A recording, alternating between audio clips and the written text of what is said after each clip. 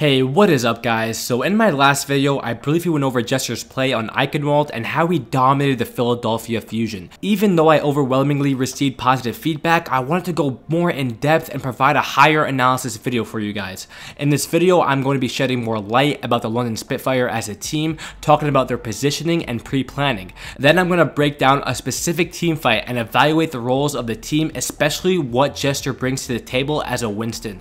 Finally, I'm going to give my final thoughts and expand to why I believe Carpe was completely neutralized in the situation. Without further ado, even though I'm sick, let's get straight to it. Alright, so before the team fight even starts, there are two basic necessities every Overwatch team needs in order to be successful, and that's positioning and pre-planning. Now, I know most of you guys right now think it's common knowledge, but let me really break it down using the Overwatch League champions, the London Spitfire, as an example. Let's look at the positioning of the Spitfire here. They usually have one tank on the main high ground, and that's usually Fury or Jester.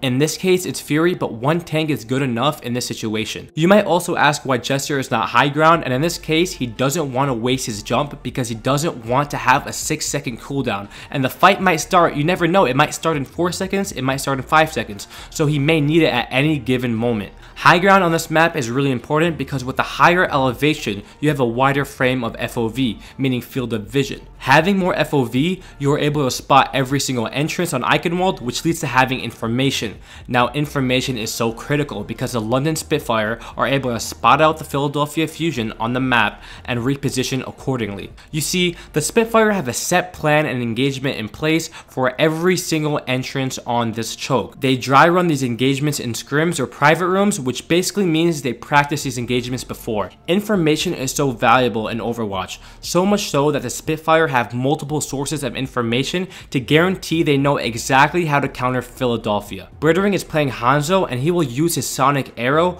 right here to spot the Fusion before the Fusion spots them. Jester becomes the third source of information in case Philly tries to pull a fast one. With available information at your disposal, you have extra time to carry out your set plan or also create a new plan based on the current situation.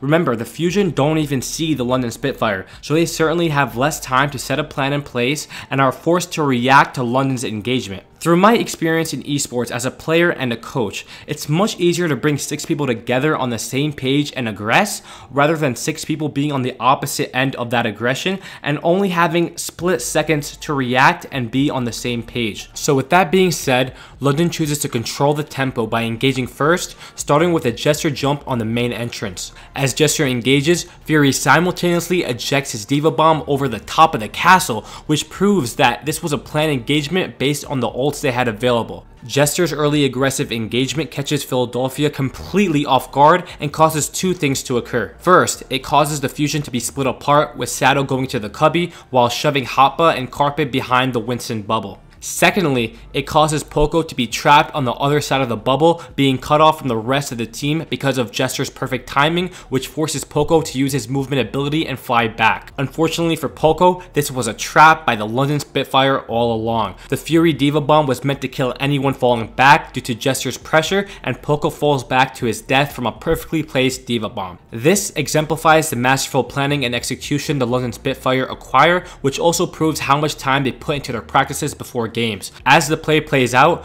you see Poco dying from the Fury Bomb, but you also see one other thing, and that's the individual genius and experience Jester has on Winston. Most players, including myself, would see the Zenyatta so low and become bloodthirsty to the point where they would go for the kill, but for some reason, Jester does not go for the kill despite Hoppa's low HP. Jester has two jobs, a passive job and an active job. An active job would have been killing the support in order to tip the odds of the team fight in his favor. What Jester does instead is his passive job, which is putting enough pressure on Hoppa to get him out of the team fight and completely out of position. This is way less risky than going for the kill because Jester is 3 steps behind Hoppa, and he knows Hoppa has his ability to kite him. Hoppa may also have a chance in winning a 1v1 against him using a Zenyatta right click and getting the health pack found in this cubby. Even Saddle could help Hoppa through this alleyway, turning a 1v1 into a 2v1 against Jester. Jester instead returns to the team fight and sneaks out the choke, causing Philly to think they have a free main entrance to go through. However, they are completely wrong as Jester decides to re-engage again, but with this time, his primal rage.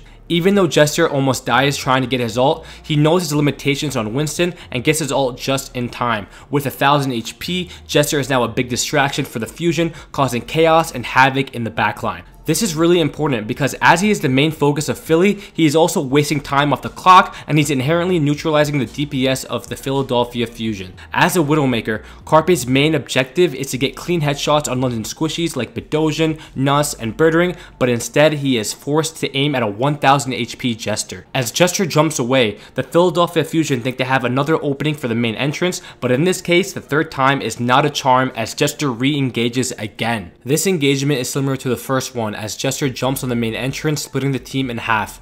Half of Fusion move backwards while the other half move forwards. Carpe at this point is completely neutralized inside of a small corridor, having line of sight of nobody except for Jester. After Jester engages, everyone falls back for cover except for Philadelphia Fusion's main tank, Sato, who is stuck on the other side of the bubble, similarly to how Poco was stuck in the first engagement.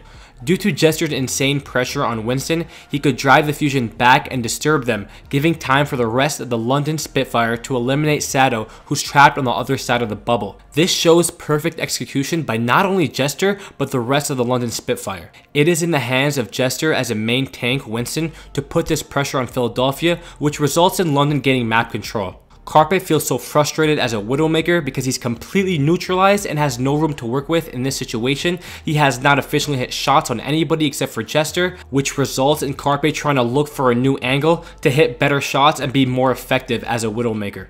Due to the map control gained off of Jester's pressure, players like Birdering and Prophet have more space to work with and obtain more windows of opportunity to execute on the offensive end with their crazy individual playmaking ability. This aggressive style by London also benefits their support players, as you see in this play here. Look at where Nuss is, guys. Look where Nuss is playing. He's playing so close to the choke, which allows Birdering to stay alive by healing him from directly above. Think of the London Spitfire as a machine, with each piece having a critical role to play, and if one piece doesn't do its job, the machine cannot run. I really want to say that I thank you all for supporting me with my last two videos. It's getting over thousands of views. The supporters on Reddit, I thank you as well for upvoting my posts. And I would like to thank every single supporter on every single platform. You guys are amazing and I really appreciate all the support, which is why I take constructive criticism seriously, because all I want to do is provide great videos for you guys, and anything that I could improve my content on or improve my videos, I would always gladly take the advice. If you guys enjoy these videos, make sure you subscribe to the channel and click the bell to have your post notifications turned on. I'm Motorius and this video is brought to you by ESTNN.